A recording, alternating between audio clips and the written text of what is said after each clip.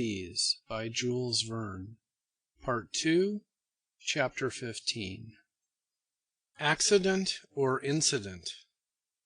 The next day, March 22nd, at 6 o'clock in the morning, preparations for departure began. The last gleams of twilight were melting into the night. The cold was brisk. The constellations were glittering with startling intensity. The wonderful Southern Cross, polar star of the Antarctic regions, twinkled at its zenith. The thermometer marked -12 degrees centigrade, and a fresh breeze left a sharp nip in the air. Ice floes were increasing over the open water. The sea was starting to congeal everywhere. Numerous blackish patches were spreading over its surface, announcing the imminent formation of fresh ice. Obviously, this southernmost basin froze over during its 6-month winter and became utterly inaccessible. What happened to the whales during this period? No doubt they went beneath the ice bank to find more feasible seas. As for seals and walruses, they were accustomed to living in the harshest climates and stayed in these icy waterways.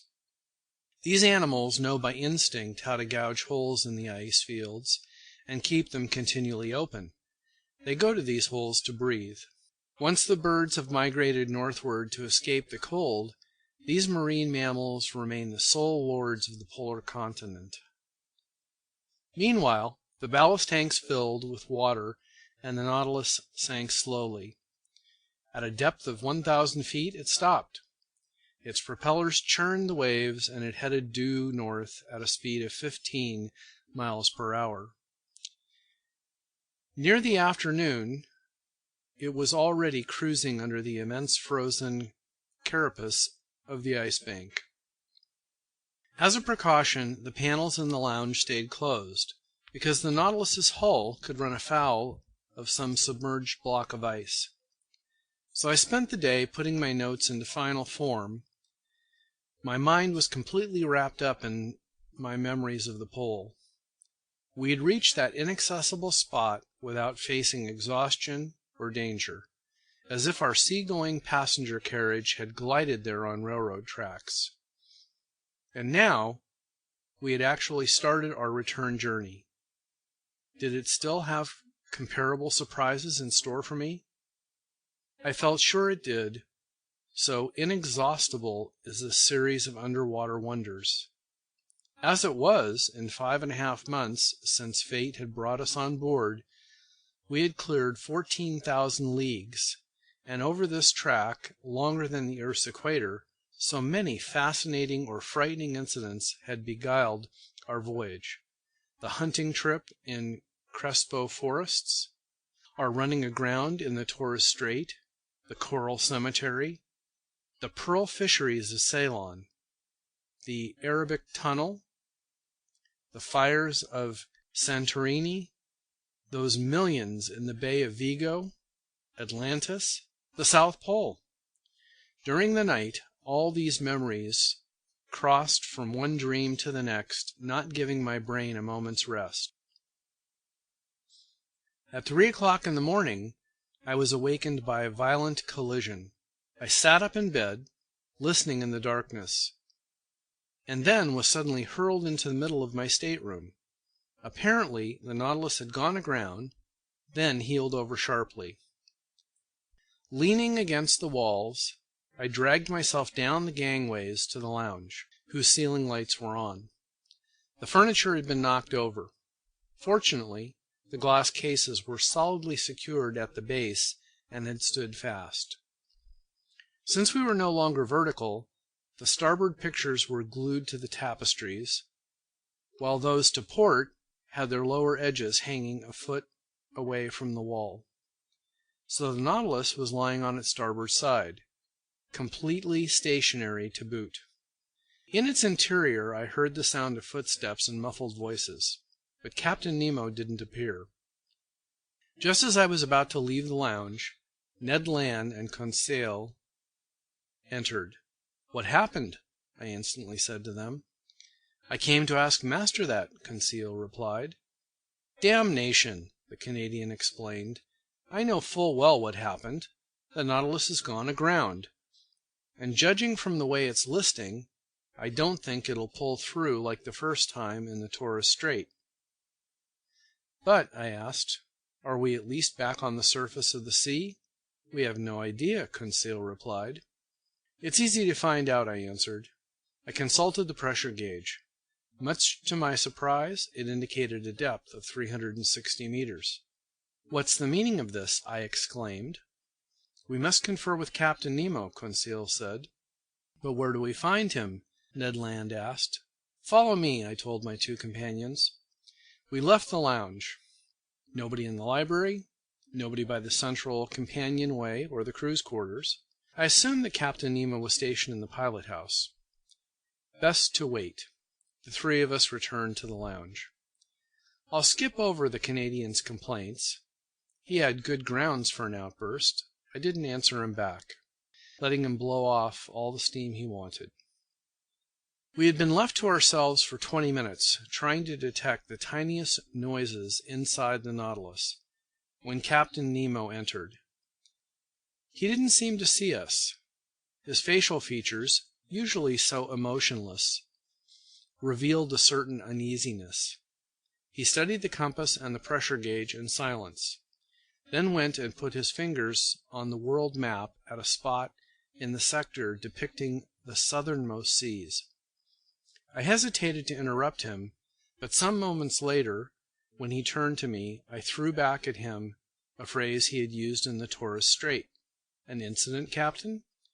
"No, sir," he replied. "This time an accident. Serious? Perhaps. Is there any immediate danger? No. The Nautilus has run aground? Yes. And this accident came about through nature's unpredictability, not man's incapacity. No errors were committed in our maneuvers. Nevertheless, we can't prevent a loss of balance from taking its toll. One may defy human laws, but no one can withstand the laws of nature." Captain Nemo had picked an odd time to philosophize. All in all, this reply told me nothing. "May I learn, sir," I asked him, "what caused this accident?" "An enormous block of ice, an entire mountain, has toppled over," he answered me. "When an iceberg is eroded at the base by warmer waters or by repeated collisions, its center of gravity rises. Then it somersaults. It turns completely upside down. That's what happened here.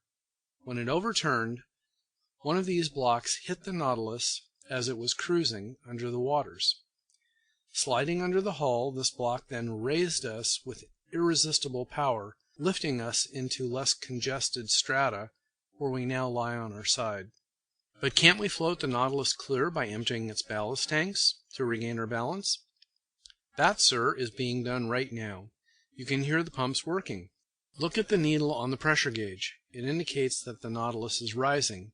But this block of ice is rising with us, and until some obstacle halts its upward movement, our position won't change." Indeed, the Nautilus kept the same heel to starboard. No doubt it would straighten up once the block came to a halt. But before that happened, who knew if we might not hit the underbelly of the ice bank and be hideously squeezed between two frozen surfaces? I mused on all the consequences of the situation. Captain Nemo didn't stop studying the pressure gauge. Since the toppling of this iceberg, the Nautilus had risen about 150 feet. Suddenly, a slight movement could be felt over the hull. Obviously, the Nautilus was straightening a bit. Objects hanging in the lounge were visibly returning to their normal positions. The walls were approaching the vertical. Nobody said a word. Hearts pounding, we could see and feel the ship righting itself. The floor was becoming horizontal beneath our feet. 10 minutes went by. "Finally, we're upright," I exclaimed. "Yes," Captain Nemo said, heading to the lounge door. "But will we float off?" I asked him. "Certainly," he replied, "since the ballast tanks aren't empty yet. And when they are, the Nautilus must rise to the surface of the sea." The captain went out, and soon I saw that at his orders the Nautilus had halted its upward movement. In fact, it soon would have hit the underbelly of the ice bank, but it had stopped in time and was floating in mid-water. "That was a close call," Conseil said. "Yes. We could have been crushed between these masses of ice, or at least imprisoned between them. And then, with no way to renew our air supply—" "Yes, that was a close call." "If it's Overworth," Ned Land muttered. I was unwilling to get into a pointless argument with the Canadian, and didn't reply. Moreover, the panels opened just then, and the outside light burst through the uncovered windows. We were fully afloat, as I have said, but on both sides of the Nautilus, about 10 meters away, there rose dazzling walls of ice. There also were walls above and below. Above, because the ice bank's underbelly spread over us like an immense ceiling. Below, because the somersaulting block, shifting little by little, had found points of purchase on the both side walls and had gotten jammed between them. The Nautilus was imprisoned in a genuine tunnel of ice about 20 meters wide and filled with quiet water. So the ship could easily exit by going either ahead or astern, sinking a few hundred meters deeper, and then taking an open passageway beneath the ice bank. The ceiling lights were off, yet the lounge was still brightly lit. This was due to the reflecting power of the walls of ice, which threw the beams of our beacon right back at us. Words cannot describe the effects produced by our galvanic rays on these huge, whimsically sculptured blocks, whose every angle, ridge, and facet gave off a different glow depending upon the nature of the veins running inside the ice. It was a dazzling mine of gems, in particular sapphires and emeralds, whose jets of blue and green crisscrossed. Here and there, opaline hues of infinite subtlety raced among sparks of light that were like so many fiery diamonds, their brilliance more than any eye could stand. The power of our beacon was increased 100-fold, like a lamp shining through biconvex lenses of a world-class lighthouse. "How beautiful!" Conseil explained. "Yes," I said. "It's a wonderful sight, isn't it, Ned?" "Oh, damnation, yes," Ned Land shot back. "It's superb. I'm furious that I have to admit it. No one has ever seen the like. But this sight could cost us dearly. And in all honesty, I think we're looking at things God never intended for human eyes." Ned was right. It was too beautiful. All at once a yell from Conseil made me turn around. "What is it?" I asked. "Master must close his eyes. Master mustn't look." With that, Conseil clapped his hands over his eyes. "But what's wrong, my boy?" "I've been dazzled, struck blind." Involuntarily my eyes flew to the window, but I couldn't stand the fire devouring it. I realized what had happened. The Nautilus had just started off at great speed. All the tranquil glimmers of the ice walls had then changed into blazing streaks. The sparkles from these myriad of diamonds were merging with each other. Swept along by its propeller, the Nautilus was traveling through a sheath of flashing light. Then the panels in the lounge closed. We kept our hands over our eyes, which were utterly saturated with those concentric gleams that swirl before the retina when the sunlight strikes too intensely. It took some time to calm our troubled vision. Finally, we lowered our hands. "Ye gods, I never would have believed it," Conseil said. "And I still don't believe it," the Canadian shot back. "When we return to shore, jaded from all these wonders," Conseil added, "think how we'll look down on those pitiful land masses, those puny works of man. No, the civilized world won't be good enough for us." Such words from the lips of this emotionless Flemish boy showed that our enthusiasm was near the boiling point. But the Canadian didn't fail to throw his dram of cold water over us. "The civilized world," he said, shaking his head. "Don't worry, Conseil, my friend. We're never going back to that world." By this point it was 5 o'clock in the morning. Just then there was a collision in the Nautilus's bow. I realized that its spur had just bumped a block of ice. It must have been a faulty maneuver, because this underwater tunnel was obstructed by such blocks and didn't make for easy navigating. So I had assumed that Captain Nemo, in adjusting his course, would go around each obstacle or would hug the walls and follow the winding of the tunnel. In either case, our forward motion wouldn't receive an absolute check. Nevertheless, contrary to my expectations, the Nautilus definitely began to move backwards. "We're going astern?" Conseil said. "Yes," I replied. "Apparently the tunnel has no way out at this end." "And so?" "So," I said, "our maneuvers are quite simple. We'll return in our tracks and go out the southern opening. That's all." As I spoke, I tried to sound more confident than I really felt. Meanwhile, the Nautilus accelerated its backward movement, and running with propeller in reverse, it swept us along at great speed. "This'll mean a delay," Ned said. "What are a few hours more or less, so long as we get out?" "Yes," Ned Land repeated, "so long as we get out." I strolled for a little while from the lounge into the library. My companions kept their seats and didn't move. Soon I threw myself down on a couch and picked up a book, which my eyes skimmed mechanically. A quarter of an hour later, Conseil approached me, saying, "Is it deeply fascinating, this volume Master is reading?" "Tremendously fascinating," I replied. "I believe it. Master is reading his own book." "My own book?" Indeed, my hands were holding my own work on the great ocean depths. I hadn't even suspected. I closed the book and resumed my strolling. Ned and Conseil stood up to leave. "Stay here, my friends," I said, stopping them. "Let's stay together until we're out of this blind alley." "As master wishes," Conseil replied. The hours passed. I often studied the instruments hanging on the lounge wall. The pressure gauge indicated that the Nautilus stayed at a constant depth of 300 meters. The compass that it kept heading south.